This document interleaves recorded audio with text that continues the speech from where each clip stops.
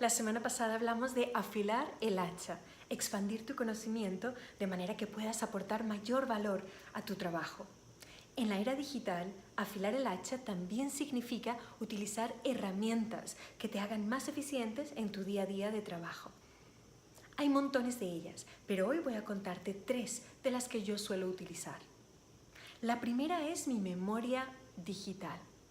Si se dice que el conocimiento es poder, lo es si y solo si el aprendizaje se convierte en acción.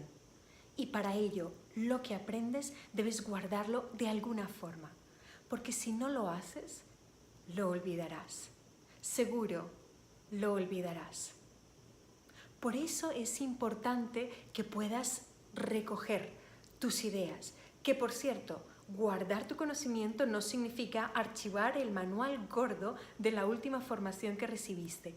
No, es extraer algunas ideas que te han llegado, que han resonado más contigo y guardarlas de maneras que puedas revisarlas en el futuro.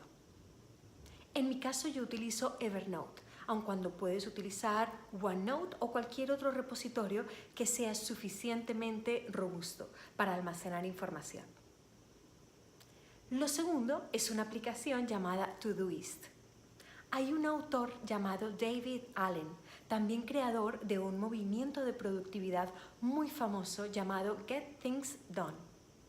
David Allen decía que la mente está para tener ideas, no para mantener ideas.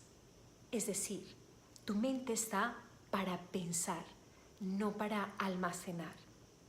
Por eso, en el momento en que piensas en algo que tienes que hacer, llamar a fulanito, hacer algo en un proyecto, escribir a alguien, expórtalo inmediatamente, sácalo de tu cabeza, escríbelo en un post-it, en tu agenda, en una aplicación como Todoist, en Outlook, donde sea, pero sácalo de tu mente, que no se convierta en un almacén, porque es tu mayor herramienta para pensar.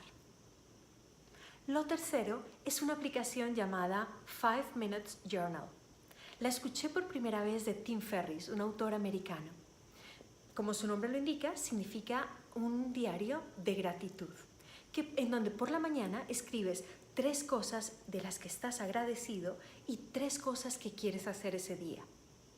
Lo que consigues con ello es, por una parte, no dar por sentado todas las cosas positivas y los privilegios que tienes en tu vida. Y lo segundo, antes de ponerte en el modo reactivo, cuando el mundo te viene con tantas urgencias y tú comienzas a responder, haber decidido qué quieres hacer, 3 cosas que quieres hacer ese día. Luego, por la noche, terminas escribiendo las 3 mejores cosas que sucedieron, incluyendo una foto si quieres, y una cosa que habrías querido que sucediera de forma distinta. Es curioso, pero a día de hoy este tipo de diarios de gratitud están muy en boga en el Silicon Valley, donde se insta a todos los emprendedores a mantenerlos para mantenerse más centrados y positivos en todas sus empresas o nuevas startups. Te dejo las referencias en las notas del vídeo de YouTube y me encantaría saber si tú utilizas alguna herramienta que quisieras compartir. Y por ahora te hago la pregunta, ¿y tú? ¿Qué has aprendido hoy? Utilizar herramientas que te permitan ser más eficiente en tu día a día. Aun cuando hay montones de ellas,